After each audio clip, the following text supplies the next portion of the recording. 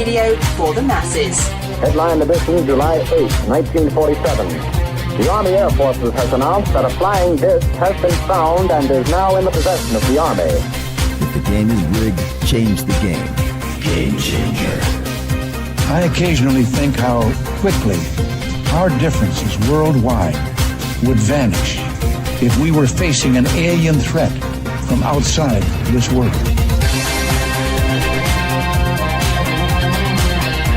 This is Fade to Black with your host, Jimmy Church, on the Game Changer Radio Network. All right. Good evening. How you doing? All right. It's Fade to Black. Today is Monday, October 13th, 2025. I'm your host, Jimmy Church. Let's do this, man. Yeah. Wow. Okay. We're kicking off another brand new week here on Fade to Black. And if you've been following my social media, I mean, this week was an absolute whirlwind. It was a blur. It was something going on every single day, somewhere in a state, in another city, just constant, and it never let up. And I flew back into town on Saturday night. And again, if you follow my social media, you can certainly see everything that went down. Oh man, so much fun. And so, the energy and the adrenaline was just pumping. But anyway, so I get back and Saturday night, I turned around. Sunday morning. My suitcases are still packed. I haven't even touched them. Woke up Sunday morning, which was yesterday. Today's Monday. Woke up Sunday morning and then drove a road with 25, 30 friends from here in Palmdale on our Harleys up to Kern River through the mountains. It was just a beautiful day. And that was a 6-7 hour ride. It was a 6-hour ride with an hour break for lunch in the middle. And then we turned around and came back. Half of us came back. And to top off all of that and just turn around and do that yesterday was absolutely nuts. And I came back last night and I said, okay, you know what? I'm tired. It's been amazing. But I've got a week of Fade to Black in front of me. I need to get some rest. So yeah, it was absolutely amazing. But we're back and we have an amazing week. I want to thank Michelle for setting all of this up. She's so good. And what a week we've got. Tonight, Rick Osman is with us, and we are talking about the lost history of America this evening. Tomorrow night, Lawrence Krauss. That's right. Professor Lawrence Krauss joins us.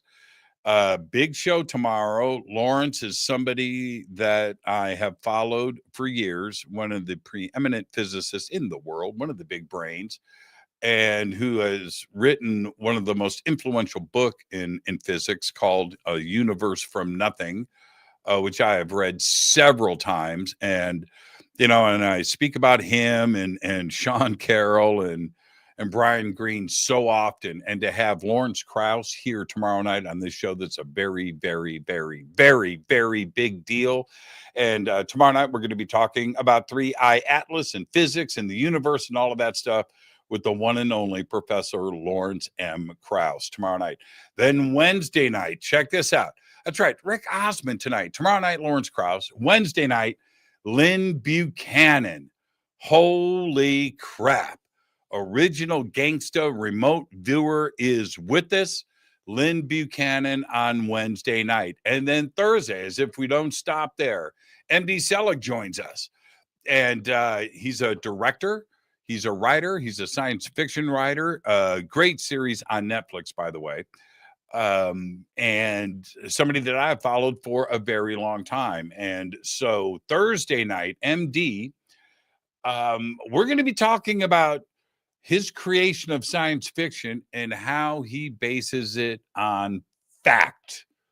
That's right. He's got a new book out called Hush. It's about the ET and alien cover-up and reveal and disclosure. And we're going to be talking about all of that Thursday night. So huge week here on Fade to Black. I have 7 events coming up. I have got a very, very busy 2026. in combination with not only Beyond Belief and everything else and Fade to Black. We are packing everything else in. I also may have an additional research trip to Egypt that is going to get squeezed in. Coming up first in just a couple of months is the Conscious Life Expo, February 20th through the 23rd at the LAX Hilton. Just head over to consciouslifeexpo.com. Then after that, it's the Sedona Ascension Retreat, and this is March 20th through the 22nd in Sedona, Arizona. After that, the Contact Modalities Expo right there in Wisconsin in the Midwest, the Heartland, May 1st through the 3rd in Delavan, Wisconsin at the Delavan Lake Resort. After that, I come out here for Contact in the Desert, May 28th through June 1st. 2026 tickets on sale this Thanksgiving Day coming up very soon. And then I head south to Peru for the Inca Celebration of the Sun.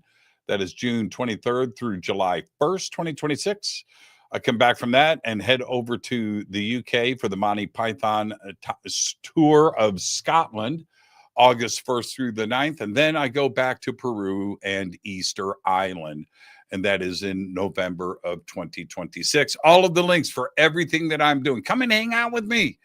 2026, man. Oh, it's going to be so much fun. And I was speaking with Gaia today, going over the shooting schedule and what I'm doing next year. And they were saying the same thing, man, Jimmy, living your best life. I said, yeah, man. Yeah. This is what I want to do. Not only get out there and hang out with everybody, but go around the world and see these things. And I might be going to Egypt in 2026 for some scuba diving off of Alexandria to scuba dive some ancient sites with the film crew. And that is being set up right now. Okay. Wow. Yeah. Just getting it done like we are tonight with Rick Osman. And today used to be a special day. I'm not even going to mention it. It's a culture canceled day today. But the history of Lost America. And tonight, Rick Osman is with us, and this is one of my favorite subjects. And we're going to jump into all of this, not only hidden history, but the indigenous cultures here. What do they have? We have symbolism and fortresses and things, but also we might jump into some King Arthur legends here in North America. We've got the copper in the Upper Peninsula of Michigan. We're going to be doing that. Bronze Age artifacts, all of that and much more tonight with Rick. And I would, before I jump into his past, which is 25 years in the defense industry, and doing that. But when I speak about that, that's about data, right? That's about data, looking at the evidence and using that tech expertise to jump into the ancient past. It's something I have a lot of respect for. So I would like to welcome for the first time to Fade to Black, Rick Osman. He's right there. Rick, good evening, young man. How you doing? Oh, I wish I were young, but I'm well. Thank you. You know what your new nickname is? What's that? Off the Grid Rick. Well, I've gone by Oz for 50 odd years, but I'll take it.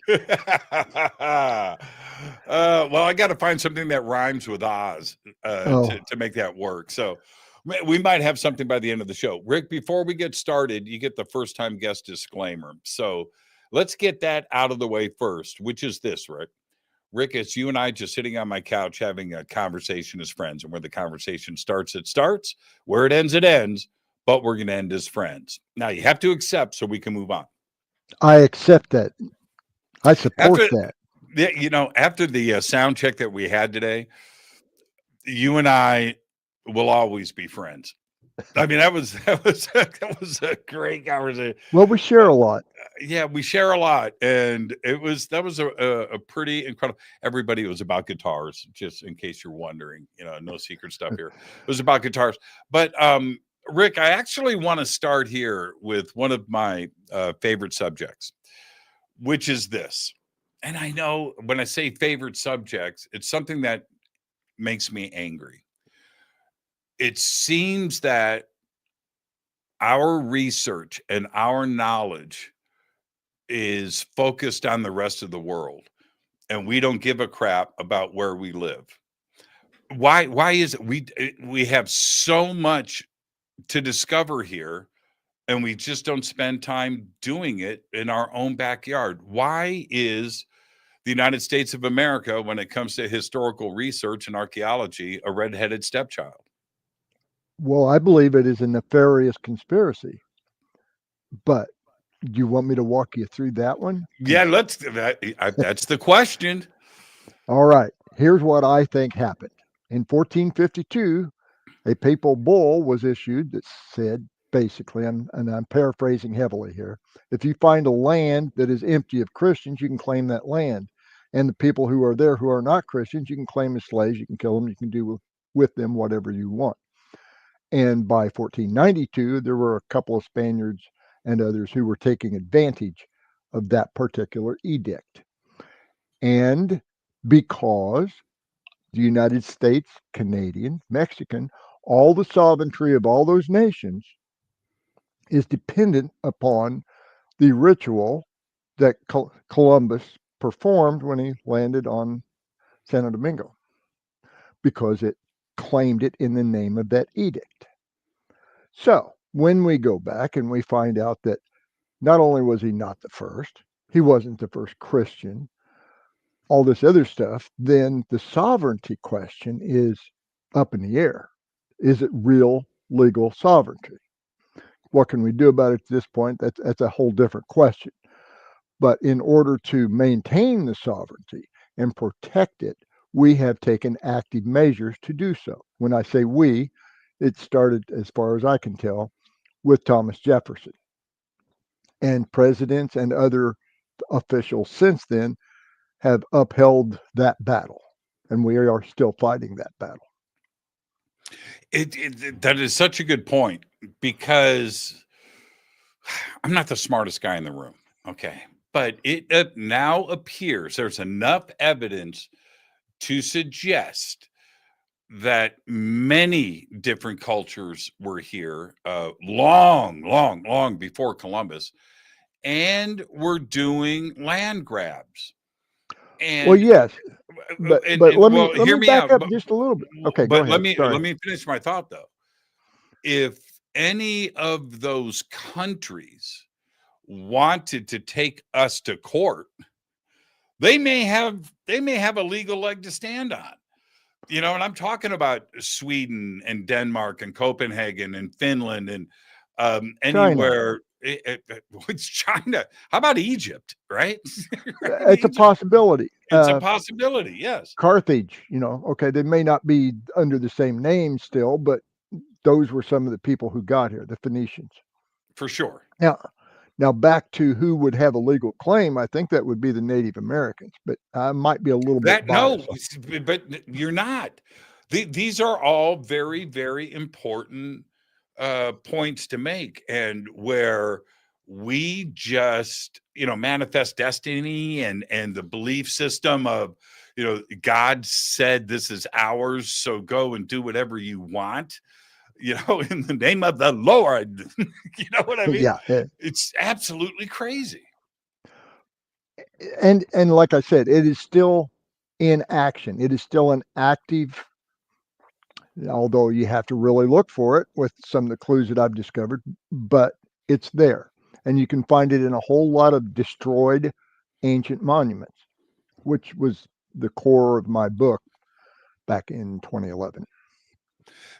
When we start to look at this hidden history, let's look at it in a linear fashion first. We all love dates, right? It's like, give us the dates. What are the dates?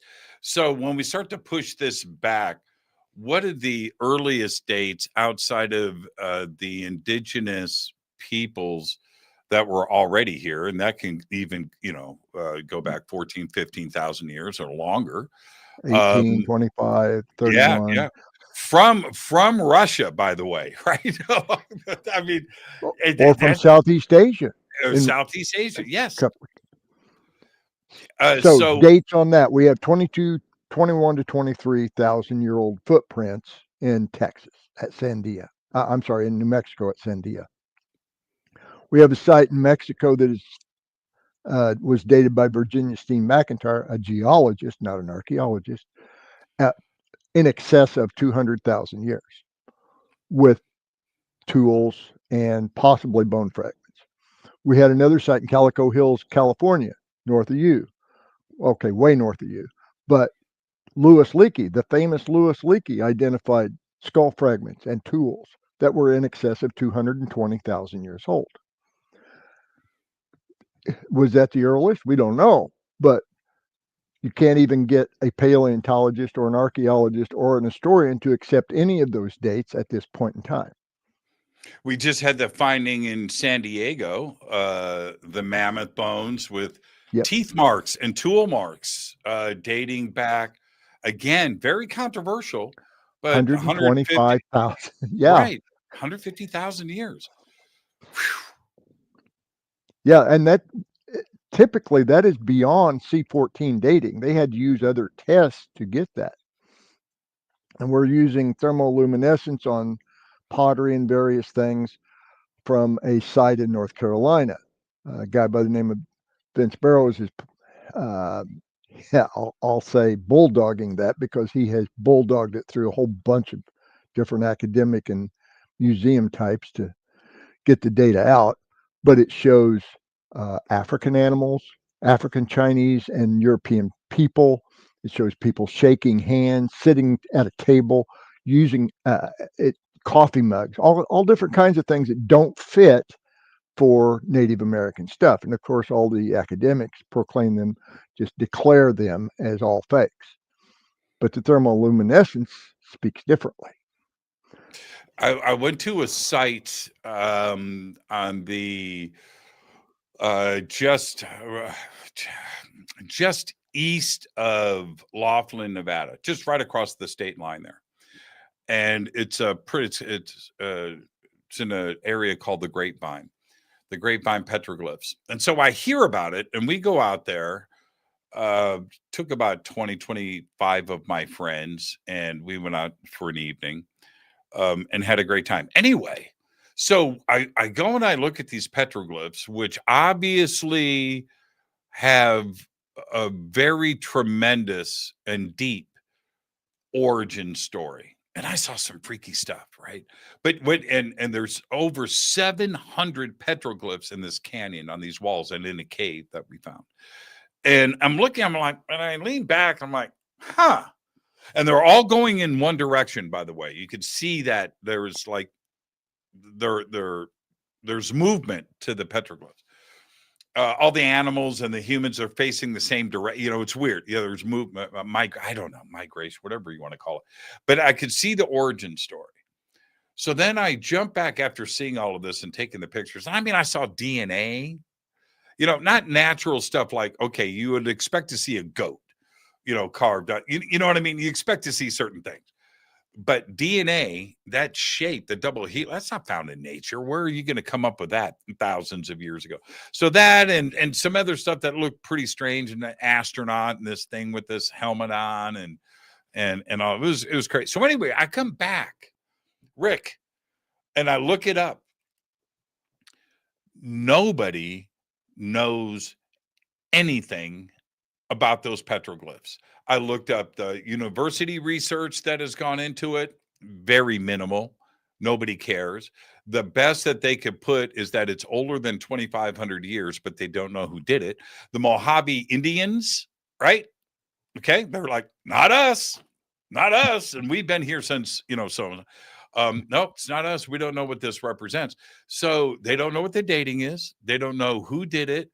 And there's no research and there's no nothing. And they're just sitting out there. And it's the largest collection of petroglyphs in North America. Doesn't that sound special to you? Doesn't that sound worthy of, you know what I mean? And it just, that's our attitude about our own country. We just don't. The horrible part is people go out and destroy them for no known or certainly not a good reason. 2 or 3 times, specifically twice, there was vandalism out there, and those people were caught and imprisoned, all right, and spent some time in jail. But Not they sure that's are good enough, open. but go ahead. they're open to the element. You know, there's Yeah. no guards, there's no fence around it. There's a place in Utah that has I'll call it a valley rather than a canyon because it's very long. It's like 11 miles long, I think. And it has petroglyphs and various things all along its length. And they're now saying it could be in the thousands of petroglyphs in this entire array. And some of them are 25 feet up the canyon wall. Somebody was very industrious and brave, probably. Now, you mentioned, you touched on how long have they been here, like the Mojaves. How long have they been there? Well, I spent quite a bit of time with my Ho-Chunk buddy a couple weeks back in Wisconsin, and he continuously relates that their origin tales are their oldest tales. Their stories of not just beginnings, but well after their beginning was still 2 ice ages ago. So they claim to have been here in excess of 70,000 years. And they can use their stories and go find physical places on the descriptions from their stories. And the Shoshone from out in Wyoming, North Dakota, have come back there and found some of their origin stories, places from their stories in Wisconsin with the help of the Ho-Chunk and others. So these people, this spoken lore carries meaning well beyond what we can, as white people who read stuff, can even imagine how well it can be preserved and how long it can be preserved in that way. So tens of thousands of years. We went in this cave. Now check this out. You mentioned 25 feet up, right?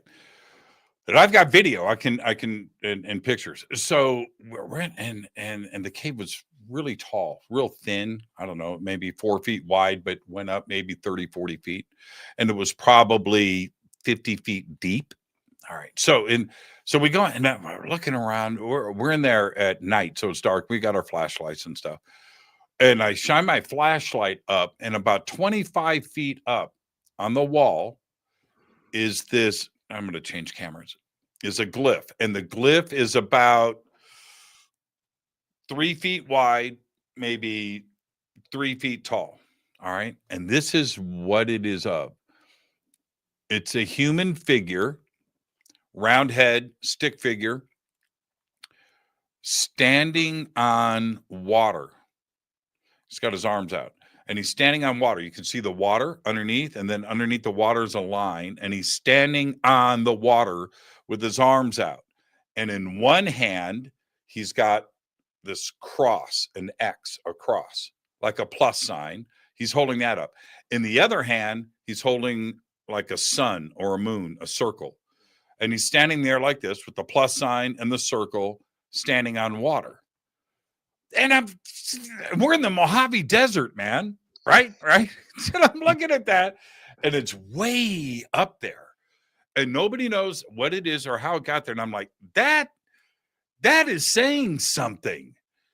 You can't ignore what that. How close was it to the DNA? The DNA was okay. Marvelous point. You are on pitch, Rick. Outside of the cave entrance, and I've got pictures. I might be able to dig them up for this show. Wasn't prepared for this. The DNA was outside of the cave entrance, and there were 2 rocks outside of the cave entrance. One rock on one side of the entrance, one rock was on the other. And on the faces of the rock, this one, and I know this sounds crazy, but I can only tell you what I saw and how I interpreted it, was the DNA, which was about 3 feet tall, maybe a foot wide, right? The double helix. Crazy too. Beautiful. And next to it looked to me like a cell with mitochondria in it. And it was an oval with, it looked like biology class. That's exactly what it looked like. That's what I was looking at. And I was like, huh. And that I'm thinking Rick, I'm thinking what I'm thinking when I see this. That's DNA. That's a cell.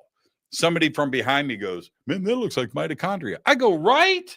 I'm not crazy, am I? Right? Okay. So, and then next to that was the space dude, which was a human figure with a torso. It wasn't a stick figure. It was a torso and with legs and his arms out. And then he had a helmet on with a visor and antenna coming out. And I'm looking at that. I'm like, man, this is like a breaking news alert. That's what this, they are preparing for. And then you go into the cave and you see it's like this crazy origin story, and it's like right there. Biological origin story. And nobody paying attention to it. That's the other thing. Yeah, well, call Ancient Aliens. They'll be there tomorrow. Well, yeah, it's crazy. It's called the Grapevine Petroglyphs. Grapevine. And you could just pull up off of the freeway, make a left-hand turn, pull into the parking lot, walk right up, and it's right there. Yeah. No tickets needed. But the origin story seems very, very obvious. It's beautiful. It's intentional. It's pretty cool. It's pretty cool. Yeah, they have culture. And that is part of the culture that some of them don't even understand. Like, for instance, the Mojave don't claim it. I don't think any tribe actually claims it, but they know it exists, and they've always known that it existed. Yeah, but that was, like I said, when you go into the university papers on this, there's only like 2 on all of the internet about this. They both say the same thing. The Mojave Indians say that when they got there, the petroglyphs were already there, that they don't know anything about it. And we do know that the Mojave Indians arrived 22 to 2300 years ago. And that's it. I live in the Mojave Desert out here in Southern California, and I love this part of the country. And there's stuff like this everywhere. It's all over the place. We have petroglyphs out in they call it the Nazca Lines of California out near Blythe, right? Mm-hmm. And those are absolutely incredible. And we didn't even know about giant those human stick figures. Yeah. And we didn't know about those till the 1950s. China Lake. Yeah, China Lake, which is just a few miles from me. It's right here. Yeah, it's right here. I live near Palmdale. So China Lake is just north of me. I just drove through it actually yesterday. Well, you went right by the big man then, or actually right over part of him, probably. Yeah. That again, back to my point. There are things out here. There is a cave that is just not part of the archaeological record or any concern, but you probably know the area just up near China Lake, in this mountain up there. There is a man-made cave that was carved, and it goes back. It looks like, this is what people do talk about. It looks like whoever dug it, nobody knows how old it is, was trying to go through the mountain instead of around it, right? And so they got about a quarter mile in, and it's almost big enough to drive. I think you can drive a car into it. Some people have and have driven to the back, but you have to back out. You can't turn around. But it just ends like a quarter mile into this mountain, and it's just sitting there. But it's man-made. Nobody cares. It's like whatever.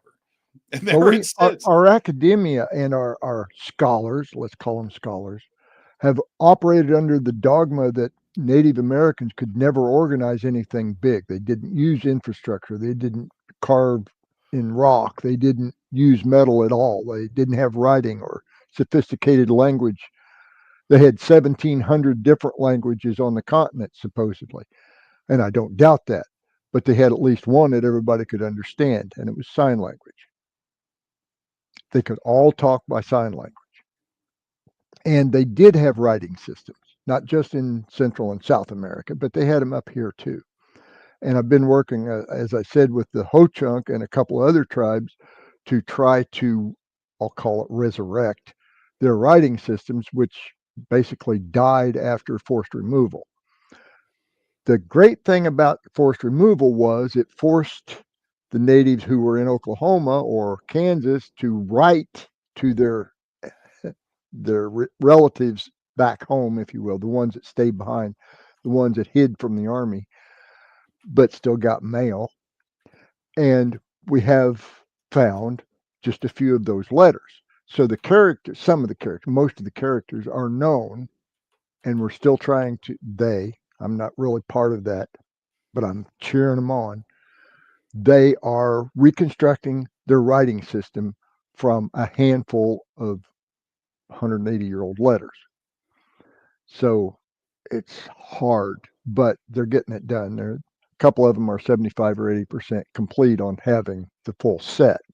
Now, it's not an alphabet.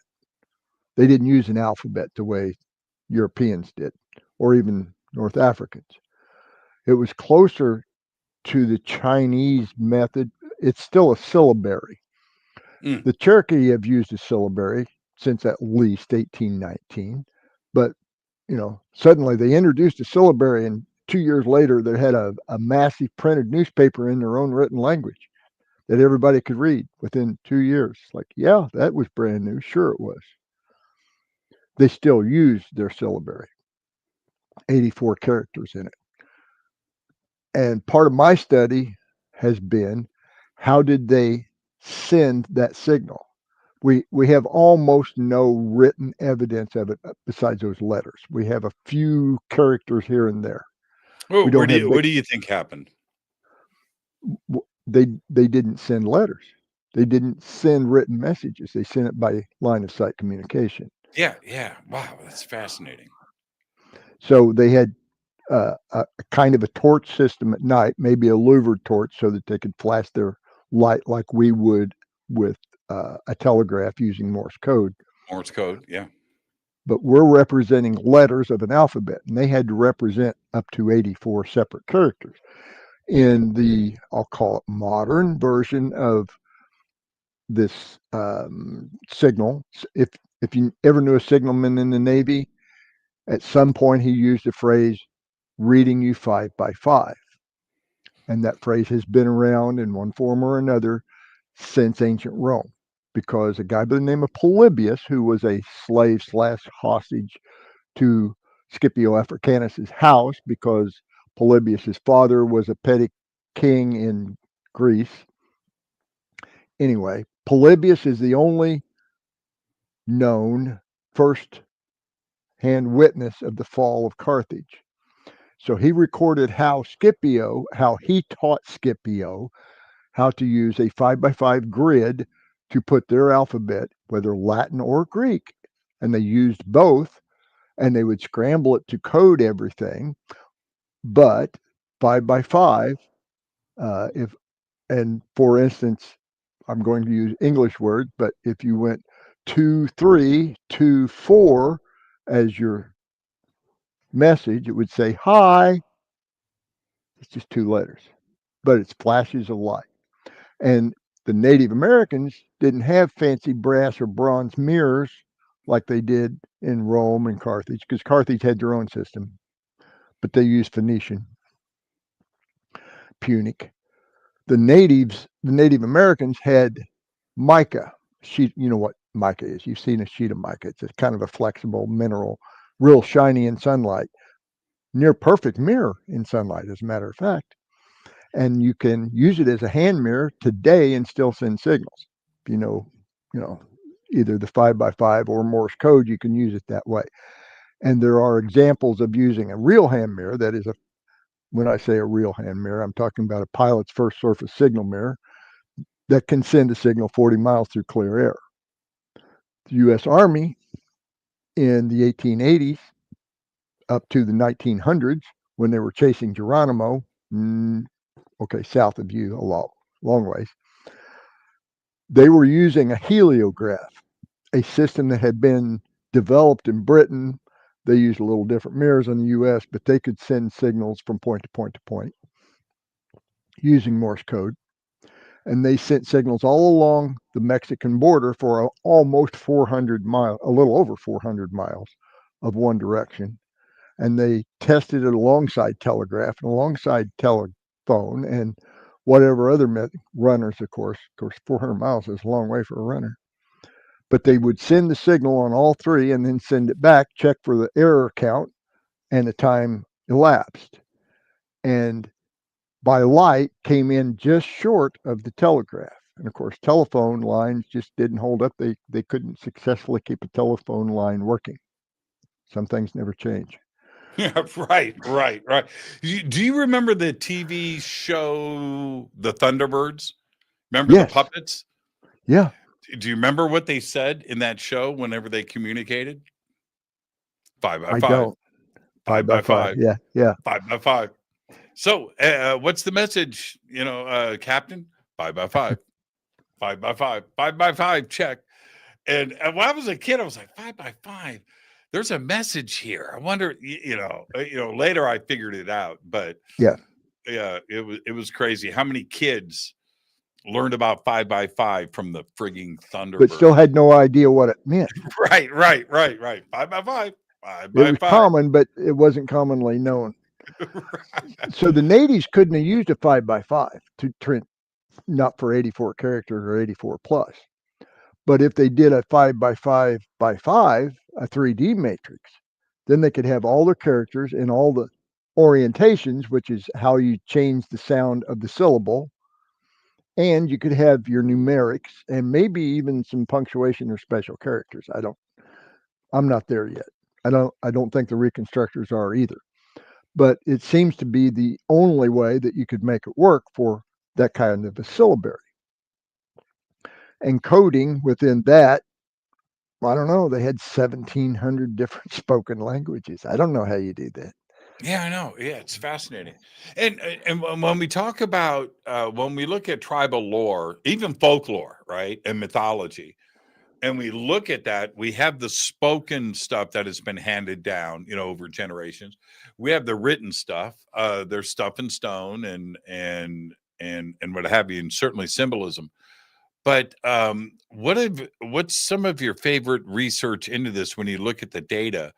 Because there is a direct connection, I feel, to Freemasons, to the Vikings, and to other contact, from the East and the West, that was definitely being made there. And it shows up in the symbology, in their clothing, right? And certainly as it has been handed down in North, Central, and South America. Certainly. Well, you can start looking at the cultural comparisons. My favorite is the Algonquin tribes of Eastern Canada, the maritime tribes, the Mi'kmaq, etc. And they are, although they don't speak the same language, they have Was very that common. a gunshot? What the hell was that? No, actually, that was a walnut falling on a tin roof. Man, But it sounds like a gunshot. Man, you are off the grid. Yes, Yeah, I'm way off. Gunshots, and you just keep on going. Algonquin didn't even flinch. The Algonquin clothing, the drums, the tools, the way they prepare food, the way they decorate their clothing and everything else, their weapons or tools, is so similar.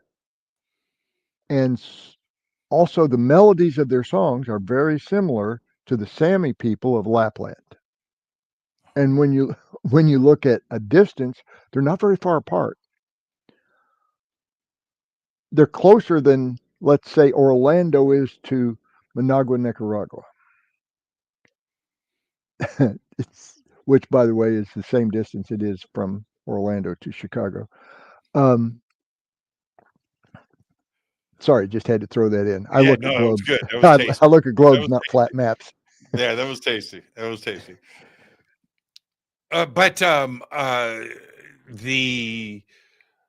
When we look at things like the Bat Creek Stone, right, which is fascinating, and other indigenous objects which show Hebrew and the mentioning of things that were happening in Jerusalem, a long time ago.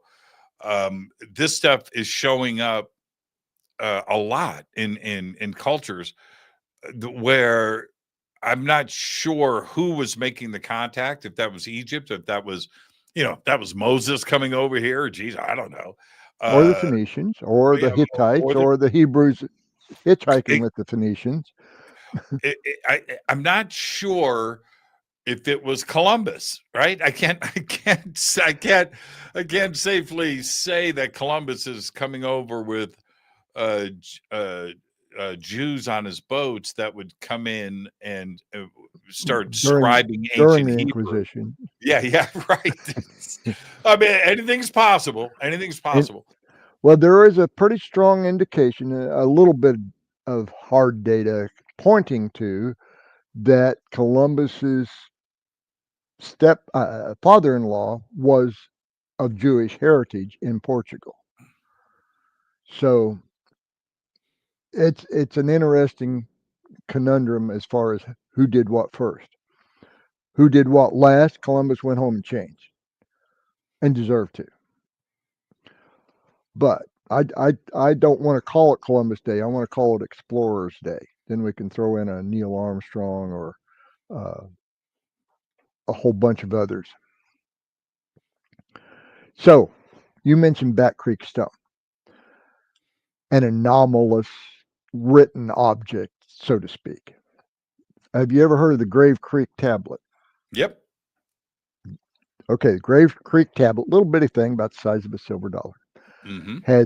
had what several scholars identified as Iberian Punic. Several others said it was something else. But my main point on it was it had a map with a straight east-west line between two coasts that resemble, well, North America and Africa. But that's just my interpretation. And of course, that stone, the original, has actually disappeared from history. Nobody knows where it went. The copies are supposed to be pretty good, but we can't see the original. No, but it definitely, if you look at it, it could be Africa, it could be Europe, and it could be the east coast of the United States with a route in between. That's what I see. You know what I mean? And that again disappeared from history, and we hear this over and over again, don't we? Especially with giant bones. Well, nobody wants to upset the narrative. Nobody wants to change the dogma, the bullshit that we have been fed. Nobody wants that changed because their livelihoods and their careers depend on it. Yeah, it's a good thing my career doesn't depend on this. I'm drawing a pension from the United States government as long as it holds out. But there are other written objects, or objects with writing and pictures, that fascinate me. I've studied them countless hours. I've been looking for the sources where they came from, and won't find any more sources for the Michigan tablets. I don't know if you're probably aware. Yes. In fact, one of them was dug up just about 21 miles from where you grew up. In Colony, Waukegan? no, actually in Indiana. Oh. Just north of Anderson. What?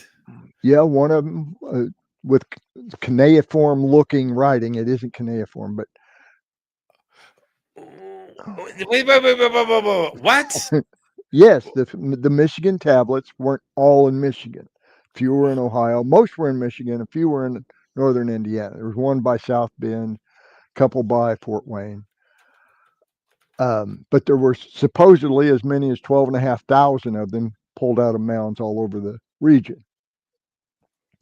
They today you probably couldn't put 500 in a pile. Wow, these are fascinating. I have seen them before. I've seen some of them, but okay, here we go. So that's not the only example of large numbered carved objects that don't fit the dogma. For the audience, you can find mention of the Michigan tablets pretty much all over the internet. And the other one you can find is the Burroughs Cave objects or specimens or whatever you want to call them, because I've identified at least 5 different written scripts, including Phoenician, Proto-Hebraic, Hittite, a weird form of Egyptian script, not hieroglyphics, and Latin, all throughout this collection. We Look know at of that. about 2,700 different objects supposedly came out of Burroughs Cave so far, and Russ says there's at least that many more in it. Look at this. Okay, I am going to everybody just stay put. I'm going to pull this up real quick. And this is pretty fascinating. And I don't know if you've seen this particular slate, but so everybody understands what Rick is referring to here. That's pretty fascinating. Yes, it is. Now, the interesting symbol there in the middle line within the circle, the IH, whatever it is interpreted by several of people in my circle as what they call the mystic symbol. It doesn't fit any of the known languages, but the religious side of the researchers think it means the Father, Son, and Holy Ghost. I have a different take on it. I think it is a trademark. Mm. I think this was a company effort, not a religious effort. There might have been religion supporting the company, like IMI, Israeli Military Industries. It's not a religious outfit, but it's certainly related to a religious background. Now, this particular area, Michigan, and none of these have ever been found in the Upper Peninsula of Michigan that I know of. This was found in Crawford, Michigan in 1909. Dug from a mound. Yes. And I am going to pop this up. Check this out. Hold on, everybody. I'm going to show you guys the reverse of this. Oh, I'm sorry. Hold on for a second. That's my bad. That's my commercial running. Sorry about that. Everybody's got to make money somehow. Yeah, as they say. Okay. This is the reverse of it, and this is even more interesting. Now, I see the cuneiform that you're referring to. It's like so obvious, right? And this is the and reverse. Yet it isn't exactly cuneiform. It's close, but it's close. It's close. And if you look at the very, very, very top of the slate, that's what I'm referring to, everybody. And that's what Rick is talking about too, as well. And then if you look at the front, if we look at this, look at the bottom there. That's some kind of cosmic, that looks like a comet or something, some kind of fireball. And that's definitely the sun or, a planet of some kind on a trajectory with the comet. And then what is off to the right? Is that a constellation? Is that something else? Is that a calendar timing thing? I don't know. The headgear is what's throwing me because it isn't exactly Egyptian. It isn't Egyptian. It looks almost Spartan, too. It has elements of 2 or 3 different cultures in it. It does. Are not really identifiable. No, well, the one now, if we look at this one here, let me pop this one back up. The guy in the upper left, that almost looks like a cobra on the front of his head, right? Which is that's a very Egyptian-looking pharaonic. It's pharaonic. Yeah. That's bizarre, man. And the mystic symbol shows up at least 4 times on this reverse, or unless this is actually the obverse. It's kind of hard to tell. This is the reverse. We're looking at the reverse side. This is the reverse. This is the front. That's what it got labeled, but right. Right. So we don't know who the army is. There's 2 armies facing each other. One of them has bows. The other one has spears. Right. And the guy on the ground has been pierced with a spear and has the cobra headdress. He's got the cobra headdress, and The guys on the left have the cobra headdresses. The guys on the right have mohawks. Yeah, Yeah, like crazy. they were maybe Mohawks. But some Phoenicians wore that too. Now, here's where it gets really interesting. This symbol, this mystic symbol, shows up in the Burroughs cave stones as well. But this script does not, other than the mystic symbol. This is fascinating. I've heard of these. I've never looked at them. I'm going to do the deep dive. Now, there's definitely. I'm sorry I got you started on it because you'll be in there for a long time. I just love this stuff. This is why I do this journey, and seeing stuff like this. Now, this is where, okay, so this is found in 1909. Now, let me tell you why I have trouble with the mainstream university system and education and professional archaeology and geology and all of that and anthropology. If you go back to 1900, okay, 1900, who knew about ancient script enough to hoax something? You didn't have the internet, man. You couldn't go down to you couldn't go and look at Phoenician. We don't even understand Phoenician today. You know how many people read Sumerian text on this planet right now? About a dozen. Yeah, a dozen. Oh, maybe 6. It used to be a dozen. Surprisingly, Google Translate's getting real good at it. Yeah, they're getting pretty good at it. I use it all the time. But if we back up to 1900, to the turn of the century, who could hoax this stuff? According to write an ancient Hebrew in 1870, the Back Creek Stone. Who? The answer is nobody. That is the right answer. But having said that, the way they just declared the Michigan tablets was, oh, well, here's a letter from the stepdaughter who incidentally hated the man and he made all of them in the shed out back. All 12,000 of them. I remember reading this now. I'm going to jump into this tonight. This is fascinating.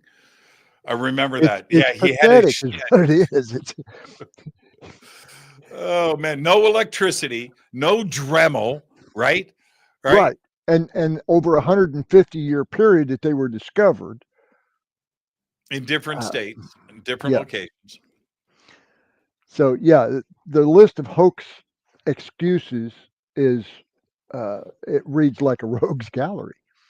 Very creative people, though. I'll admit that. Now, getting back to the Burroughs cave stones and Google Translate, there's one particular stone out of the entire collection that I think is translated with near zero errors by Grok and Google Translate. They came very close together. And we call it the scurvy stone. And Brian Nettles is the one who actually performed the translation. It is Phoenician. It's not Hittite or Proto-Hebraic. And it is, and I'll paraphrase it. I don't have it in front of me.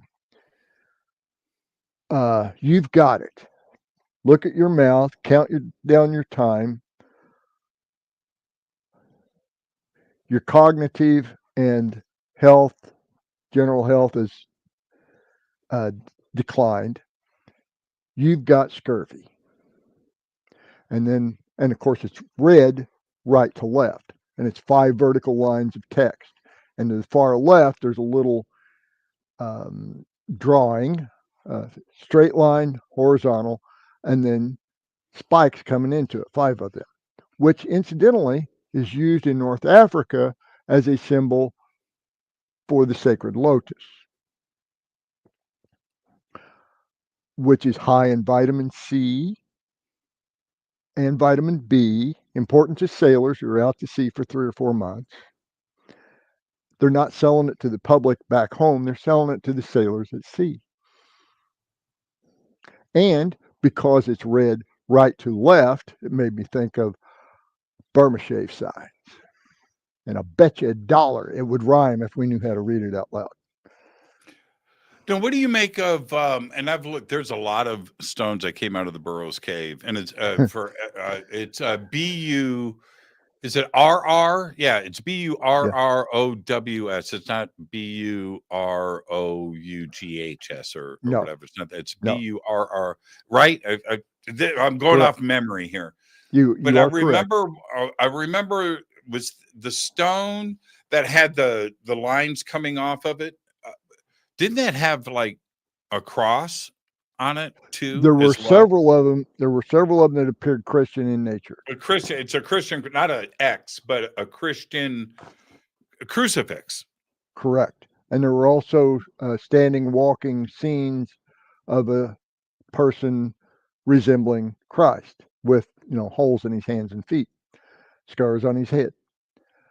So there was some element of Christianity, or maybe it was part of the prophecy before Christ. I don't know. But we have other cultural stuff that appears to be like 600 BC, very middle of Phoenician glory, if you will.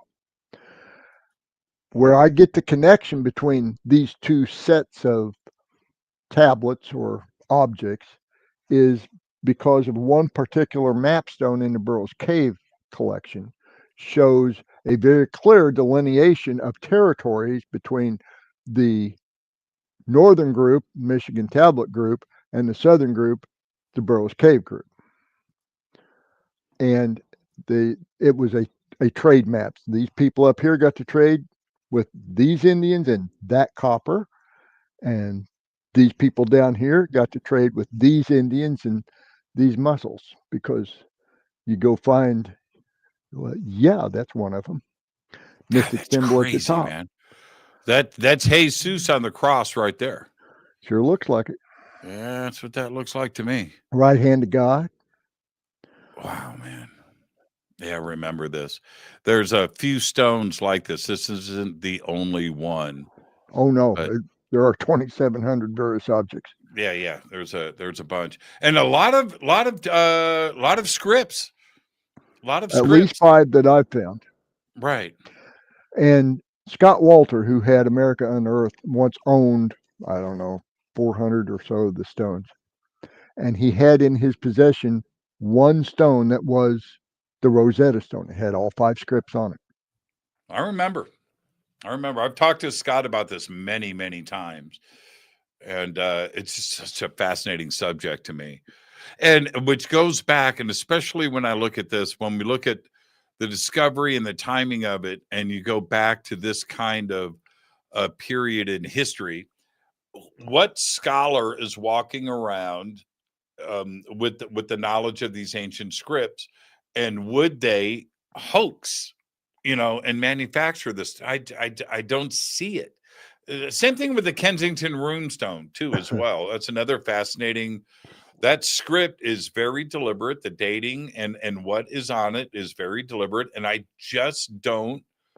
I just find don't it think very it was hoaxed. plausible too. But here's what most people, as far as I know, nobody besides myself, has prompted with it. It is a land claim saying survey. And when it says we were out fishing one day, that is one of the interpretations of that word. Another interpretation is casting, which is, I won't say it, an archaic form, but it's an old form of the word used by surveyors to send a line. So they were out surveying one day. Yeah, that's where it does. It gets really dangerous. We could be the United States of Scandinavia. If they really wanted to push the issue, I would say that they've got a pretty good challenge. The Goths were almost certainly, according to, and this is using Scott and Nielsen's research, they were almost certainly Cistercian monks. The 22 Norwegians were probably sailors, hunters, protectors, and basically ne'er-do-wells. But the Goths were religious folk. Let's take our break right here. I don't want to get too far past our break. Our guest tonight, Rick Osman, is with us. Oz. I'm going to come up with a new nickname tonight. This is Fade to Black. I'm your host, Jimmy Church. Rick, you stay right there. We're going to take our break. This is Fade to Black. Stay with us. We'll be right back.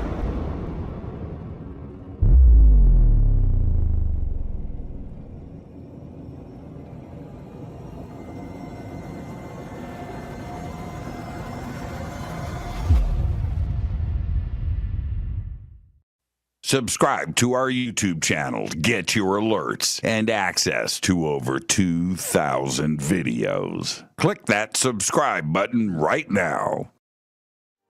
Go to jimmychurchradio.com and get the Fade to Black official podcast. 2,000 episodes, all of them commercial free for just $2 a month.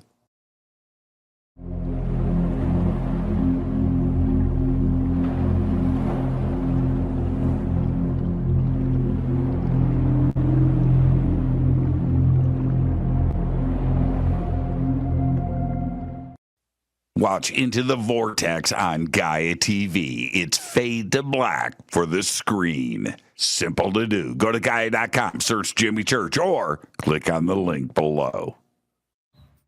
Follow Fade to Black on Twitter at JChurchRadio. Get all of the show updates every single day. It's now called X, but who cares? How you doing? Jimmy Church here. Special announcement. Get your Fade to Black t-shirts. That's right. Help support the show. Help support everything that we do over here. We've got 2 t-shirts. We've got 2 ways to get them. Get your Fade to Black t-shirt today. Go Beckley Teppy.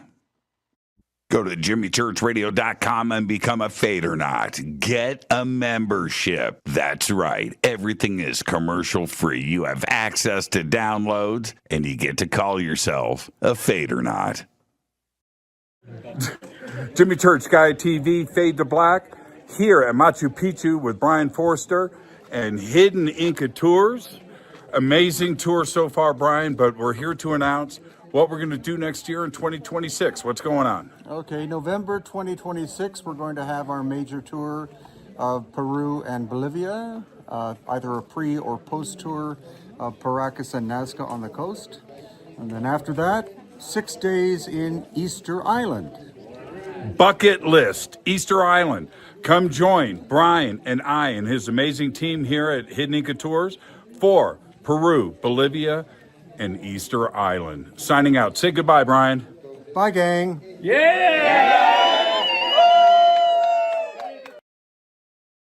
River Moon Coffee, makers of the Fade to Black blend. Truly the best coffee on planet Earth. Just visit rivermoonwellness.com or their Amazon store. It's all simple to do. You can check out the Fade to Black blend, the Game Changer blend, or any of their Black Moon Wellness products. It's the only coffee I drink.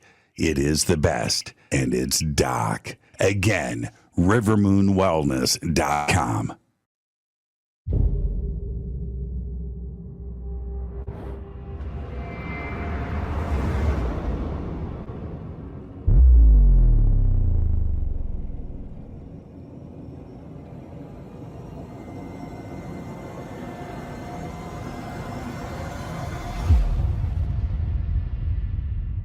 All right. Welcome back, Fade to Black. I am your host, Jimmy Church. Tonight, Rick Osman is with us, Oz.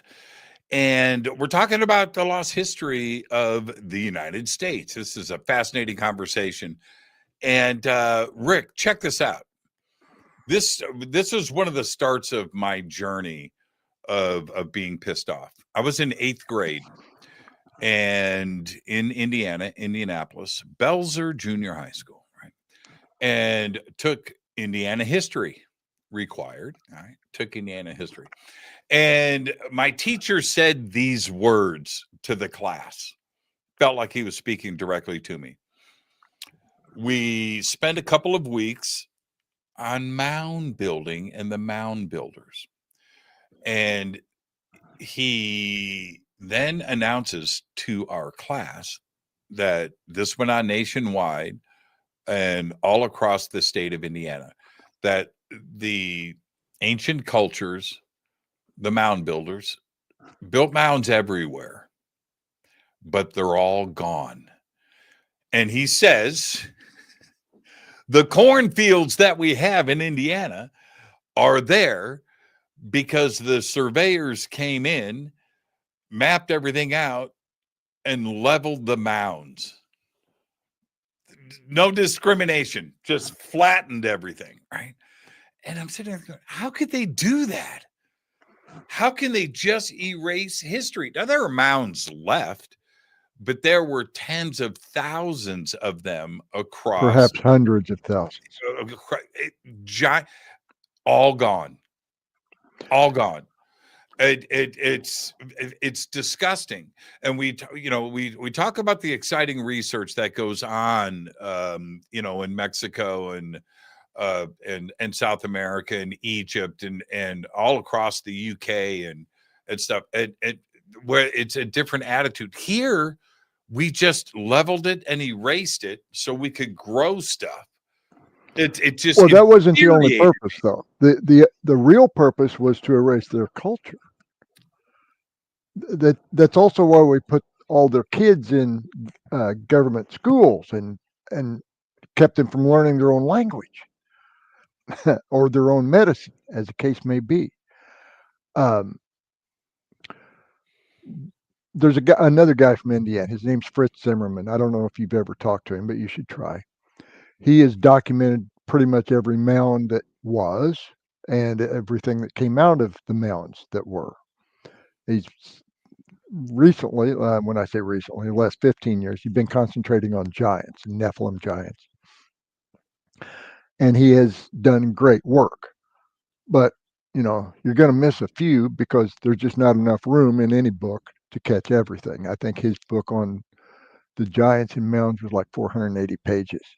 Yeah, let me, Jessica, John, have I had Fritz on the show? That sounds, if I've done too many shows, right? I get it. I forget. So I'm going to refer back, and they'll pop it up in the chat. They'll check that out. His name. Okay. So anyway, so back to this. So there are mounds that are not destroyed, and they're usually not destroyed because there are modern cemeteries on them or in them. One example, at Petersburg, Indiana, in Pike County, along the East Fork of the White River, there was a mound in 1818 when the town was new. The first resident death, they took him out to the hill and went to bury him, and they hit a coffin. And inside the coffin was a giant, 8 feet 4 inches tall. Between his legs was a raven-haired woman. Between her legs was an infant. And this is in the Pike County history, by the way, not just in newspapers, although it was in the Western Sun newspaper out of been since. The coffin was just as interesting as the burial. The coffin was oak, clad inside and out with sheets of copper. Yeah. So yeah, they were working with metal to a. Yeah, I had Fritz on the show, by the way. Yeah, and so the idea that all the evidence of giants is completely gone is probably not right. Just about 15 miles from where I'm sitting right now, in 1921, just 104 years ago, a giant was dug up near Bedford, Indiana. But you don't hear about this stuff near enough. The Biaris brothers, they hit it pretty good, but they ran out of steam too. So the burial mounds aren't the only types of mounds that are of interest. I spent probably a total of 2 or 3 months on the ground in Wisconsin with effigy mounds. And they're not just random pictures of animals and stuff. They have a meaning. I don't know how to read it. Most of the natives the tribes who built them, their descendants don't know how to read them. If the lodge guys do, they're not passing the knowledge out. So I don't know what to do about that, but here's what I can tell you. They're trying to, in Green Bay, Wisconsin, they're trying to use a 24-acre island out in Lake Michigan that's like 100 yards from the shore of Green Bay, has a causeway, and they want to recreate about 100 of the better effigy mounds of Wisconsin on that island so that they can spread the word a little bit. And I want to help them any way I can. So, and it's Again, actually, all of this reminds me. I only go, not only. I love the evidence and I love the research that you're doing, but my eyeballs, right? It's my memory, and this I'm going to state that this is fact. All right, it's not. No, this is fact. 4th grade, Chicago, Waukegan. Our 4th grade class is going to the Field Museum in Chicago. Great museum. what did you see when you first walked through the door? What did you first see? Okay, well, it gets better than that. Yeah. Okay, so we get the brochure for the Field Museum, and on the front of the brochure, teacher hands it out to the class, and we got to have our parents sign the form, all that stuff, right? So, but I got the brochure, and on the cover of the brochure is a skeleton of a giant, and it says it on the brochure from the Field Museum. And now I'm 9 years old. I'm on a mission, man. I want to go see this giant skeleton, right? So we jump on the bus, we go to the Field Museum, and they had a picture. It was like in the lobby, like right. And and I walk in, man, and like, okay, where's the giant skeleton? And I go up to somebody what are you talking about? The giant skeleton that's on the brochure. There's no giant skeleton here. And I'm like, what kind of bullshit? What? And I look back at that and I think, so I went on a search for giant skeletons at the Field Museum and looking for the brochures. It doesn't exist. It's like what, my memory, like I'm making this memory up. I'm not making this memory up. It was an event. It was an event. It was something that I was looking for. It is gone. I can't find any reference to it anywhere on the internet. No, but I saw the same picture.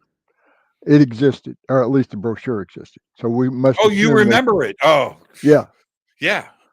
No, we're not crazy, are we? No, I'm 10 years older than you, and it wasn't the brochure that they were using when I was at the museum, but I did see a picture. And in fact, I think maybe Fritz had a picture of it, and maybe not in his book, but he had a picture of the brochure. But yeah, there are all kinds of oddities that we know happened and somehow got erased. One of my favorite examples, there used to be a 28 foot tall statue, sandstone, bedrock, carved in the shape of a sitting dog facing west. It was in Tennessee, and railroad came through and tore it all up, tore it down. It was, by all accounts, it was an absolutely beautiful statue, had been there forever. But they came through and they tore it out for the rail bed. Now the rail bed's 20 feet from where the statue had been. And this is where I go back into, yes, they did this stuff on purpose. The guy who had, at that particular time when they threw that railroad, his name was Major John Wesley Powell. And he was a cookie cutter hero from the Civil War, lost an arm at Shiloh, traveled down the Colorado River in a boat, pirogue, by himself, one-armed man, down the Colorado River by himself. Came back, I'm a hero. And they said, where's the pictures? I didn't take a photographer. Well, you're going back. So he went back. And as a result of that second trip, he was appointed as the secretary or maybe president of the Illinois Geological Society. And he bootstrapped that into the second director of the United States Geological Survey. And while he was still in that position, he scripted the creation of the Bureau of Ethnology for the Smithsonian Institution and wore both hats. He directed both entities for a period of time. So he not only knew where these features were, these embarrassing damn things that Indians couldn't possibly have built, but he could direct the railroads to put their path there. And it happened at least 6 places I can identify. He was deliberately destroying sites that were embarrassing to the dogma. Now, Why I'm watching the chat here. Well, I'm not watching the chat, but this is something that's repeating in the chat right now. Why deny the existence of giants? I mean, why specifically that? And just like I'm going to layer this question just a little bit, because just like we don't pay enough attention to the indigenous cultures here and their history, we don't do that, and we want to dismiss whatever it is if it goes into the fantastical. There's that part. There are references to giants and giant skeletons in America all over the place. Thousands and thousands of references of this all over the place. What's the big deal? Why deny that? I think it's fascinating. well, they also deny aliens and fairies and leprechauns and all the little people, which, by the way, the Native Americans do not deny little people. They celebrate them, encourage them, pay them, um, leave them out goodies so that they don't destroy their place. The Pukwudgie, or Pukwudgies if you're in New England.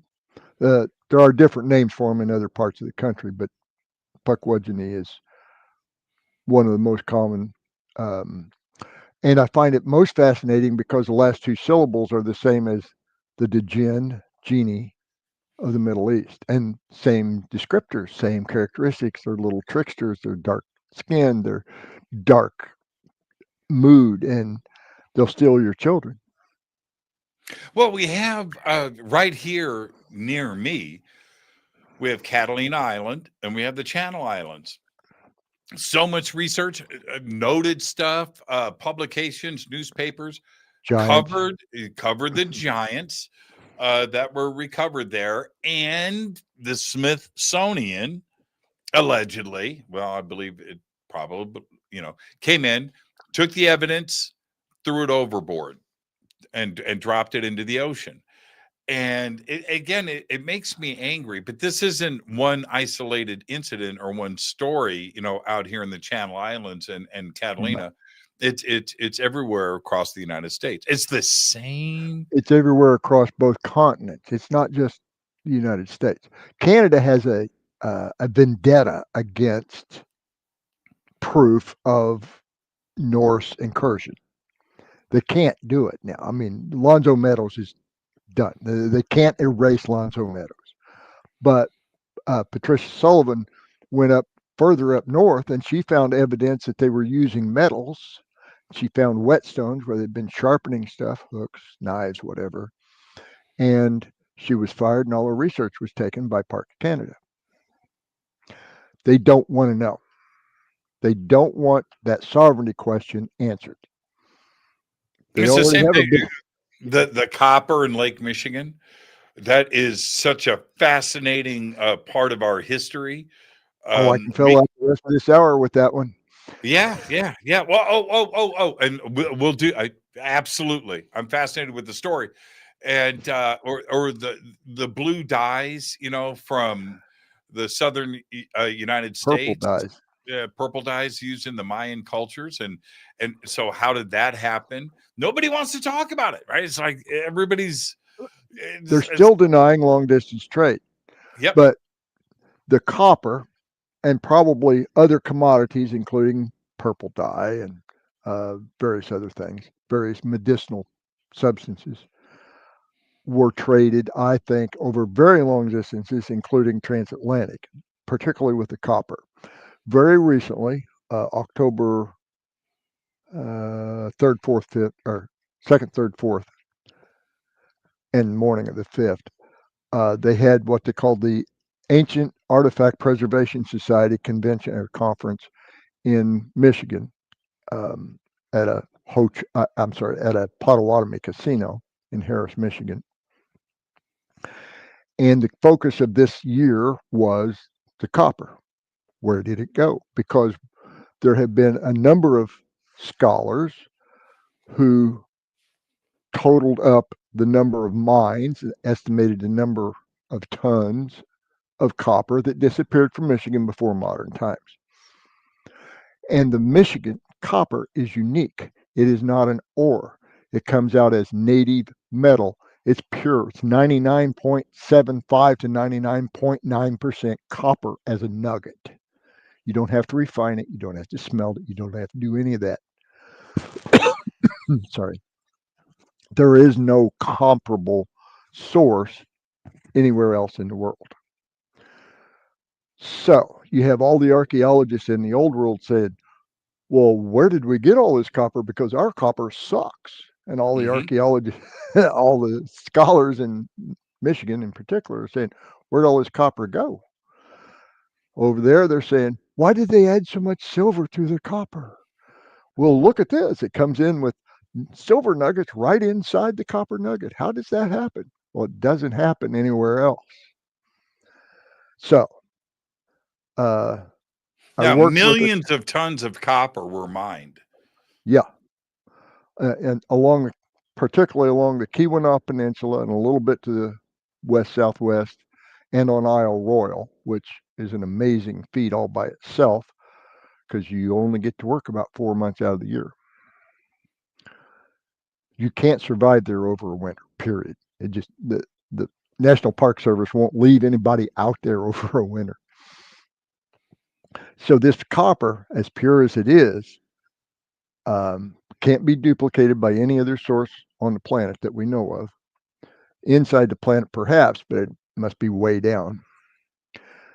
And my part of contributing to the conference, even though I didn't attend, I helped one of the speakers assemble his stuff. And I drew the comparison that, Otzi, the Iceman's axe, was assayed at 99.72% copper, which isn't possible in the old world. Ooh, hard bang right there. The other thing, the chief, I would have to call it additive to that axe, was not a contaminant. It was deliberate, and it was arsenic. And arsenical bronze existed long before tin bronze did. Otzi's system, his tissues, his hair was full of arsenic. It's a wonder it didn't kill him. That's right. But an arrow killed him. So he was shot in the back, by the way. I think there might have been a woman involved. Just saying. Well done. Well played. Along with not only him, Otzi, but the other stuff that is found underneath the ice up there in the Alps indicates trade with the Far East and the Far West. Yes. Very crazy things were found up there. And I'm talking about stones and jewelry and gemstones and silk, silk that were traded into the area and came from long distances, which just doesn't make any sense. Amber. That's right. So going back to the Norse for just a minute, I never can pronounce the name correctly, but the ship mound that they dug up and found a queen and her maid. there's another walnut. That particular mound had silk and silver that they've identified as Chinese in origin, and we're talking 800 AD. But there was no long distance trade like that. Just going to go there. Right. So the copper is a core story of how long have we been crossing these oceans. And that's probably the most important part of the research is not only who what, where, when, why, how much, how long, or how often. You got 4th century Roman glass beads found in 4th century Japanese graves, but there was no long distance or fast trade. That We doesn't sound found the same thing in North America. When we look at these different areas here in North America where beads and artifacts from South America. And that's what none of that was supposed to have happened, and Central America too, as well, right. indicating a trade route coming up directly into the United States. And it's there. Up the Mississippi. Yes. Yeah. Yeah. Poverty Point. And we say that Poverty Point is probably 2000 BC, but Watson Break and all the others around it are 3,000, 4,000, maybe even 7,000 years old. 7,000 BC, so 9,000 years old. But we can't really put our finger on why they built those mounds. All the burials are intrusion, et cetera, et cetera, et cetera. I'm saying they're in Louisiana. They're up above the skyline. You can send signals. It's really very simple, people. What do you make of? And I want to get into King Arthur too as well. But what do you? I think one of the special spots here, again, just ignored, Chaco Canyon, and I bring up Chaco Take 2 Canyon. gallons of water. Right. Yeah, exactly. So we look at Chaco Canyon. Now, obviously, beautiful. Okay, so you can the construction, the time, the importance of it. Okay. Yeah. 5-story That's apartment buildings made with logs from 50 miles away. 50 in a miles perfectly away. straight line. And artifacts from Central and South America littered Yes. all over the place, and the symbolism and the petroglyphs, right, and the hieroglyphs, And they just that walked are away. right, and but it's not, to me, it's not the most interesting part. It's the cosmology that is there, and Chaco Canyon's main site, the one that we paid attention to. There's 2 others that line up, and it's totally ignored. And then we look at an indigenous culture that came in and built this over hundreds, if not thousands of years. A very important site with trade routes and routes that we can follow that came into it. So it was very important. But it lined up east, west, north, south, north star cosmology. Perfectly straight lines. Perfectly straight lines. All of it ignored. Nobody wants to talk about it. Where does this intelligence come from when we talk about ancient astronomy and how difficult it must have been to build these sites without any high tech? Well, it appears that there must have been some kind of high tech and knowledge from somewhere, right? Well, there was the knowledge of trigonometry for sure. Mm-hmm. But they didn't write anything down, apparently. Well, that's not true. I've been to places, not out there so much, but in particular, there's a place in eastern Kentucky, Manchester County, called Stable Rock because it was used as a stable. And there are, I would have to call it classroom instructions carved into the rock on top of it, showing the alignments, showing how to do the calculations without any symbols of numerical values or anything like that. But the alignments are true. You can find mounds, particularly in Kansas. You can find isosceles triangles, right triangles, etc., laid out as the corners of perfect triangles with mounds. Pythagorean theorem in action right there. Mm-hmm. Same thing at Chaco Canyon, and the 2 additional sites, they're 15 miles away. Another interesting, since you mentioned the connection to Central and South America, if you look at the Yucatan remnants, relics, the infrastructure, They're on a 10 by 10 grid, 10 miles by 10 miles grid. They're set up in squares. It's a perfect distance to use line of sight with mirrors. Just saying. Yeah, I know. Oh And they man. used everything for mirrors. They used mica, they used pyrite, they used obsidian polished flat. There's a mirror, a flat obsidian polished mirror in the Tower of London that came from Montezuma. How it got to London, nobody knows. But it was a scrying mirror, quote unquote, that he used to know that they were on their way. So they were using some kind of a line of sight communication with mirrors. The Olmec, they used polished pyrite, which decays with oxygen, by the way. So they had to make new ones all the time. Overseas, they were using brass, bronze, you name it, copper. And can we talk about the Olmec for a second? Sure. Here's again, the male side of my brain loves what we're looking at, the size, right? The beauty. It's, how did they move that? How did they make? Okay. Yes, absolutely. All right. But you look at that, and that's not a culture from around here. That's No. not that's not a face from around here. And you hear most people say, "Oh, well, you look sub-Saharan African to me," but I don't agree. I think he looks like. What do you see? I see Tonga. Oh, Polynesian. Go look Okay. at the council members of the Tonga National, or I don't know what, Territorial Council, and you'll see that face. Samoa's pretty similar. Parts of Hawaii are similar, but the Tonga, man, falls right in there.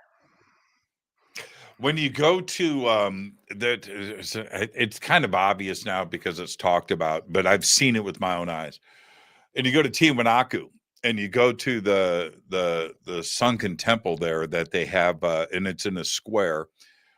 And a lot of people have talked about this site because of what it represents. And there's about, I don't know, 100 different faces that are carved and placed into this wall, right?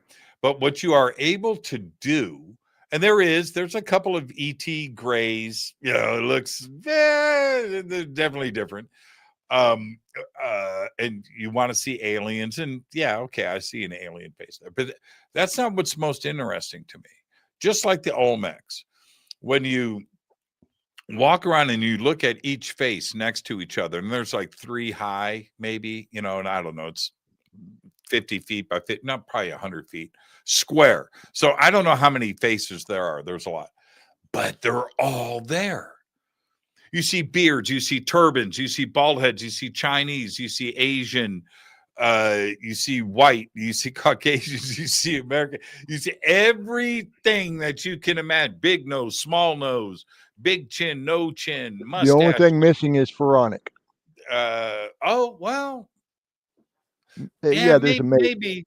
Well, some of them are pretty worn and could be almost anything. Is there any direct Egyptian? Yes. You want me to tell you the yes? Yes, please. Lake Titicaca. You go to Lake Titicaca and you go to the floating islands there and you look at the boats. Those are Egyptian. Yes, and they're made from reeds. There's just absolutely no question about what you're looking. You would think, when you first float in, I've been there 4 times now, right? I'm going to be there in a couple of months. I go twice a year.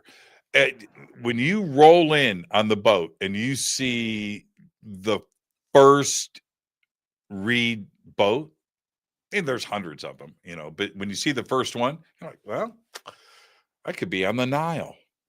I could be in Cairo right now. And it's mind blowing. So I see a direct Egypt. There's other stuff there, but that is just obvious. When you go to Egypt, and I think it's at Luxor, but I'm not certain. I will have to research it. there's someplace there's a mural showing the Nile and reed boats on it, and there's a canoe with a redskin person. Oh, really? In Luxor? Okay, I'll Yeah. look for it. I'll look for it. I'm not sure it's at Luxor, but there is one. The late Fred Reedholm was over there, and he saw it, and he wrote the book Michigan Copper: The Untold Story. Just in case you want to get the full story, he's got it. But do you know what the Egyptian word for canoe is? What? Canoe. You know what the Egyptian word for cat is? Cat. Meow. Meow. Of course it is. Yeah. Yeah. But you mentioned the types of boats and how they reflect contact. That's a pretty good place to start with contact, is with a boat. And you said you wanted to talk about King Arthur. I do. So let's start with Meriwether Lewis. Meriwether Lewis was ordered by Thomas Jefferson to go down the Ohio from Pittsburgh up the Mississippi to the St. To the Missouri and go west. Go explore what we just bought. Oh, by the way, you have to stop in St. Louis and actually sign the papers. Yeah, Thomas Jefferson did not sign the papers for the Louisiana Purchase. Meriwether Lewis did. We'll skip all the in between. They get to the Mandan village and they spend the winter there. And the night before they take off to go to the Pacific coast, because they knew where they were going, he wrote in his journal something to the effect of, "These are beautiful people. They've been very hospitable. And tomorrow my little fleet, our little fleet, takes off on this wild journey that I first dreamed up 10 years ago." It's like, wait, what? 10 years ago? You just bought this thing 5 months ago. And while he was in Pittsburgh, he picked up a pre-contracted folding iron gizmo that turned into a coracle style boat when you put a hide over it, like a buffalo hide. Coracle is a boat that's common in Wales. Part of Jefferson's orders to Lewis was, if you find anything that endangers the sovereignty of the United States, you will send a coded message back to me immediately by any means. Is that right? Is that right? Is that right? You That can go happened? read it for yourself. Okay. And so Lewis took that with him to the Mandan village, and they had their coracles made up, and they used them. They were the round boats of Wales. We could go on for months just about Lewis and Clark, but back to the whole Wales thing. The Mandan were rumored even then, 1802, 1803, to have been the descendants of Welsh colonists. There had been enough explorers go out there and come back with tales of being able to speak to them in Welsh and other tribes in Welsh. And Jefferson was concerned about this. This is the whole sovereignty question. Neither Clark nor Lewis nor any members of the Corps of Discovery knew enough Welsh to actually test the theory. There was one guy who knew a few words. Oh man, this is crazy. So the story, the lore of Prince Madoc, not King Arthur so much at the time, Prince Madoc of Wales, having been in North America with colonies, thousands of people, dozens, maybe hundreds of ships to bring all those people with their livestock and all their tools, etc. Those stories had existed long before Lewis went west. Remember that Jefferson was our first scientific style archaeologist. He didn't just raid mountains. He studied it, the ones on his property in Virginia. And when he spent time in Paris as ambassador, he took in the sites at the Louvre, which included a mammoth skeleton from Big Bone Lick in Kentucky along the Ohio River. He ordered Lewis to stop there and get another skeleton if he could find one, which he did, but when he loaded it on the boat disappeared someplace on the Mississippi. Of course it did. Yeah. So Prince Madoc was rumored to have come aboard North America at some site in Mobile Bay, Mobile, Alabama, in about 1170 AD. And of course, that's been disparaged by every historian, blah, blah, blah. That's complete bull. It's not complete bull. The date is wrong. The date was actually 570 or 568, depending on which set of documents that still exist in Wales that you choose to believe. Alan Wilson and Baron Blackett and a couple other folks have, while they were alive, done decades of research into this, found all the remaining standing stones that mention King Arthur, Prince Madoc, etc., etc. And there are multiple such stones. King Arthur the second, King Arthur the first was great granddaddy to King Arthur the second. So it gets really confusing about how King Arthur could have lived almost 200 years. Well, it wasn't one guy, it was two guys. And Madoc, was half brother to Arthur II. And Madoc was the admiral of the fleet for Wales. And he was out at sea at a time when a huge impactor hit the Atlantic Ocean and drove what was left of his fleet completely west, came ashore someplace near Mobile Bay. Really? Okay. I'm okay with that. I'm okay with that. Took him and his men 10 years to build enough boats back together to get back to Wales. And when they got there, the place was in shambles. First of all, the tsunami from the strike had wiped out a lot, and you can still find the chevrons, both in Ireland and Great Britain. I should say Britain, not Great Britain then. And there was famine, etc. It was the only time in history of Wales that they had bought wheat from overseas. And that part is known as history. So it was also the beginning of what we call the Dark Ages, but it had nothing to do with the loss of writing. It was actually dark. The sky was embedded with all the particulates, etc., from this strike for years, maybe centuries.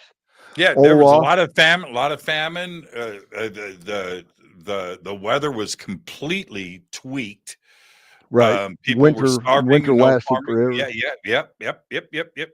So from the same date. But the loss of writing part, it's significant. And I truly believe, I want your take on this. I truly believe that there are attempts to cover up that era for a lot of different reasons. But the facts are the facts. When Rome fell and Rome pulled out, the Romans had the intelligence, they had the writing system, they had this, and once they pulled out the education system that was in play, and the only things that were left, there were people that could write, but they were religious. They were the priests. And they were documenting plenty of stuff, but what was in their world, what was going on out there, we have that. You know, they had no idea what was going on out there. They didn't have any idea. They were cloistered. We have plenty of history that was documented throughout the Dark Ages. To say that there was no writing, that's bullshit. Well, you also have the monumental writing of the royalties, because if they put a land grant, it was a stone with writing on it. They found a way to write that, didn't they? Yeah. Yes. Yeah. So to say that there was no writing anywhere, no, that's not true. But the Dark Ages was also because of the weather and what had gone on. By the early 9th century, Olaf of Norway or Denmark, Saint Olaf later, wrote from Rome back home that this place is great. I can see the stars at night. He was further south. He was out of the blast zone. Right, right, You had right, the right. chevrons from the tsunami 36 miles inland in the Carolinas. So we know that strike happened, and we have a really good idea of when because of the C-14 dates of in those chevrons. 536 by our calendar, but the Welsh used a different calendar. They started their calendar at the time of death of Christ, not the time of birth. So it was, I know we're talking about North America, but the evidence, because you brought up boats at 500 AD, right? And in here in North America, those the design of those boats and what was being used traces all the way back to the Phoenicians and the Egyptians. And yes, that knowledge of boat building is all over the place, including Great Britain. That, and some of those, how do I say this? I want to say this with respect to those of Great Britain, and here in the United States. The evidence is so obvious and it's right there that it's too much for people to acknowledge. We have the boats are there. We can look at it. They're identical to what the Egyptians were building and what was going on in the Eastern Mediterranean. The same. So somebody was either coming here teaching, right, how to build those boats, or they floated those boats in and the boats survived. Either way, we have the historical record there, but that is a huge, huge amount of right. denial. We also have a bunch of replicas that prove points. You had the Kon-Tiki voyage. You had all of those voyages. But another guy, Philip Beale, contracted to build a perfect replica of a Phoenician ship that was discovered in near Marseille in the river. And he sailed that one from Tunis, which is ancient Carthage, all the way to the eastern end of the Med, all the way around Africa and back, then up around the British Isles, up to the British Isles, I should say, and back to Tunis, to Mauritania. They refitted, and then they took off and sailed it to Fort Lauderdale, Florida, proving that a craft built as the original, with the original tools, the original materials, the original craftsmanship, could make it across that ocean. He sailed it greater than 30,000 nautical miles before it got swamped in a canal and a hurricane in Florida. That ship, that replica, is now on display in Montrose, Iowa. They cut it into little pieces, took it up there, and reassembled it. So you can go see it. It's about 31 tons of cargo capacity. Now I'm going to jump to a different kind of craft, and it's a dugout canoe. There's one on display at Falling Waters Casino in Michigan, Upper Michigan. 39 feet and 4 inches, I think, is its length. 5 feet and an inch, its beam. 14 and a half inches, its gunnel. I did the math. It'll support over 4,100 pounds of cargo. Really? Yeah. This one is particularly weird, though, because it has 2 iron bars across the gunnels, across the beams, holding it together. The wood dates to 1200 AD. So it's not carved out of one piece of wood. It's a It construction. is. Oh, No, it's it is carved out of one piece of wood. right, but they put the iron bars in it to keep the gunnels Man, what from kind of busting out. tree is big enough to have a 4,100 pound displacement? That one, if I'm trying to do the recall on this, but I think that one was cottonwood. Man, it's a big cottonwood tree. Yeah, over 5 feet in diameter at its Right. midpoint, which Now, what do you is make not of impossible. what do you make of the Farabee boats? I'm sorry, the what? The Farabee boats. The Refresh my Farabee memory. boats. Okay, the Farabee boats were found in Farabee, UK, and dated to 2000 BC from Egypt. Were they And- the lap or the laced yeah, gunnel, yes. lace built? And identical construction to what is found next to the Great Pyramid, Yeah. and drawings and stuff. And so you look at it, well, that's not coincidence. No, it's That not. But my prediction is I probably won't live long enough to see it. But if they ever get a really good means of examining the bottom of the channel, they'll find a lot of them. Because Doggerland wasn't always underwater. No, that's right. That was a land bridge. Right. Up until about 9,000 years ago, it was above water. Yeah, So 7,000 BC. Yeah. as the sea rose, they started sailing them further and further inland. And the same thing would happen with the cargo canoe. Now, about 4,100 years BC, the water levels changed in North America a lot because the so-called Younger Dryas was over 4,000 years before that, but the water had not all drained off. So you had this giant lake up there where Superior, Michigan, and Huron are, and you could, at that time, I'm pretty sure I can prove it, you could get in that large canoe at, say, Isle Royal with your cargo of copper, and you could sail it through the river system, the Wabash River system, the Ohio River system, the Mississippi River system, and you could come out at Poverty Point without ever doing a portage or getting out of your boat. You could probably make it to the Atlantic too. Yes, I'm sure you could, but well, no, not at that time. Not without going over the falls. And Niagara is not a falls you want to go over in a open canoe. No. I'm sure you've been there. It's pretty amazing to see, pretty amazing to witness. But yeah, I I just thought don't want about to get that. it that close to it. Well, looking at and Randall Carlson is so good at pointing this stuff out, and I love that guy. He's a dear friend of mine. But when you look at and I go back to my Indiana history class in 8th grade, he was such a great teacher. When he had said to us, now just imagine him telling me this in 1976, right? He goes,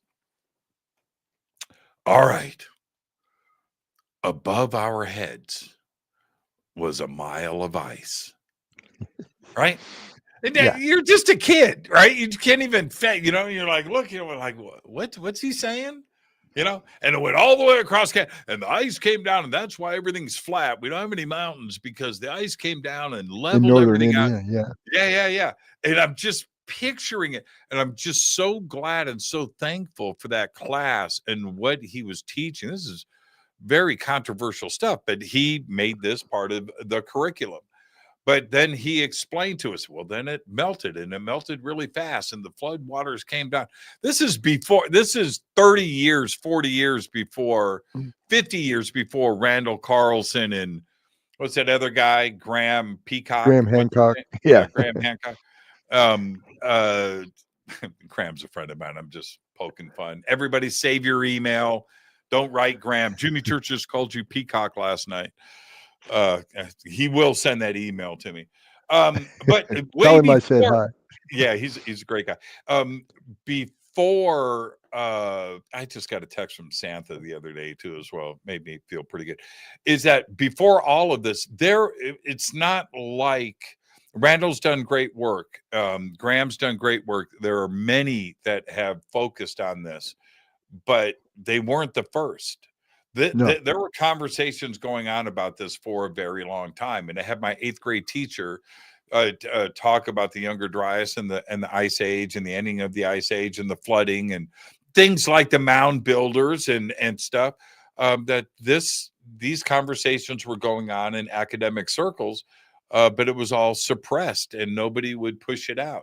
But I'm just so thankful for that. I look back and with such warmth that it just opened my eyes up to this revelation that we've been lied to. That this is, consistently. yeah. Uh, you know, let's see. We used to have this dogma that mankind had only been on the continent since 11,000 BC. And about every year, we push it back another 3,000 or 4,000 years. You got the guy in South Carolina that's at, 51,000 years, and he's finding artifacts. They told him to stop at 11. All of the archaeologists were told, dude, you go down 4 feet. Yeah, that's the end. You get down to that black stuff and you stop. You stop. All funding stop. Nothing. Everybody needs to listen to me and listen to Rick. This was the message. Everybody was told the same thing. The findings that we were discovering throughout Florida and Louisiana and Wendover Texas. Bog. Oh my God. Fast. And they everybody pack up your shit out. Yeah. This is true. This is not made up. Just for anybody who doesn't know it, Wendover Bog had 7,000-year-old bodies that still had brains in the brain cases. That's right. And the C14 proved the age, and the DNA proved that, oh, wait, they're Scottish. But the burials were Swedish. So I don't know how the burials were perfectly Swedish. The same thing happened with the Olmecs. I mean, they were in denial about what, a new culture being discovered? No, that's impossible. There's nothing here. There was nothing to see. The spheres in Costa Rica and Honduras and what we're finding out about the Mayans today, not only the connections, the Mayans went to Chaco Canyon, and nobody wants to talk about Georgia. And Georgia, Alabama. And here, for instance, you find maize being cultivated in North America by 700 AD. It's like, well, suddenly, all over, they're raising maize. But they're not grinding it down with the same tools they do in Maya country. They don't have the long, flat matat. They were using, your traditional grinder, mortar. Yeah, I love that. But there are examples of the matat that show up in Kentucky and one over in Missouri and one in Ohio. They were here. They came. They showed us how they did it.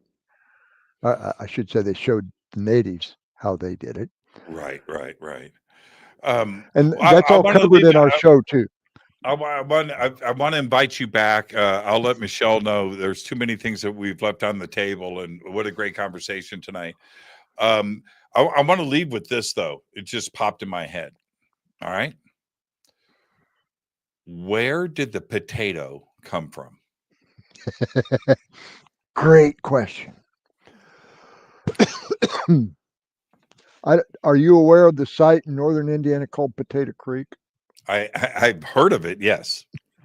It's not our traditional potato, but it is a North American, almost certainly a North American native root product. But it shows up in ancient Rome. As an example. So did chili peppers, maize, and a few other things. And tomatoes. And tomatoes. Yeah, it's Italian. No, it's not. And Peru being as ancient as it is, going back hundreds of thousands of years. This is not some modern thing. The same thing with the potato there. Sweet too. potatoes there. Well, they did 2,000 different versions of potatoes at different altitudes, and almost that many beans.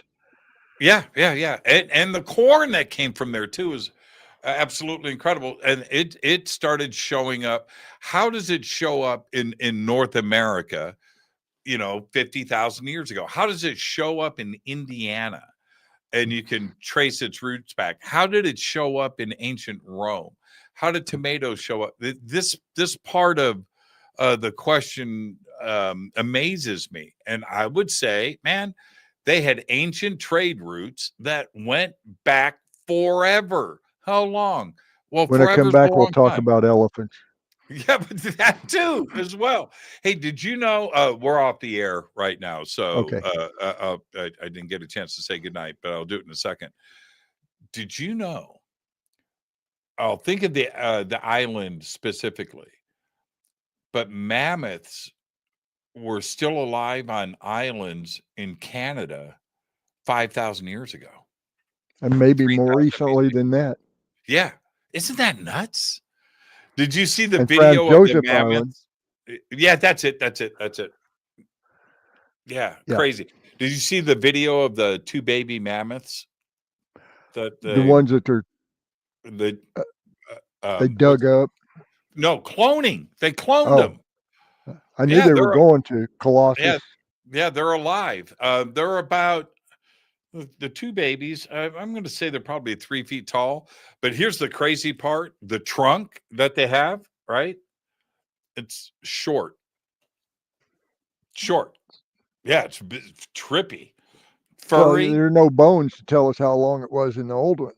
Yeah, I guess that's true. Just too, the frozen as well. examples. Yeah. So I watched the video of that over the weekend. I was like, wow, fascinating. Rick, the dire wolves are a year old. Where can everybody chase down your current work? Okay, I sent you links. We have 8 episodes that are currently available to view for free or download on YouTube and on what's the other one? BitStream, that's it. So they're out there. We got the first 8 episodes. We have enough stuff in the can for like 150 different episodes. I don't know how we'll all get it all done ever, but we're going to try.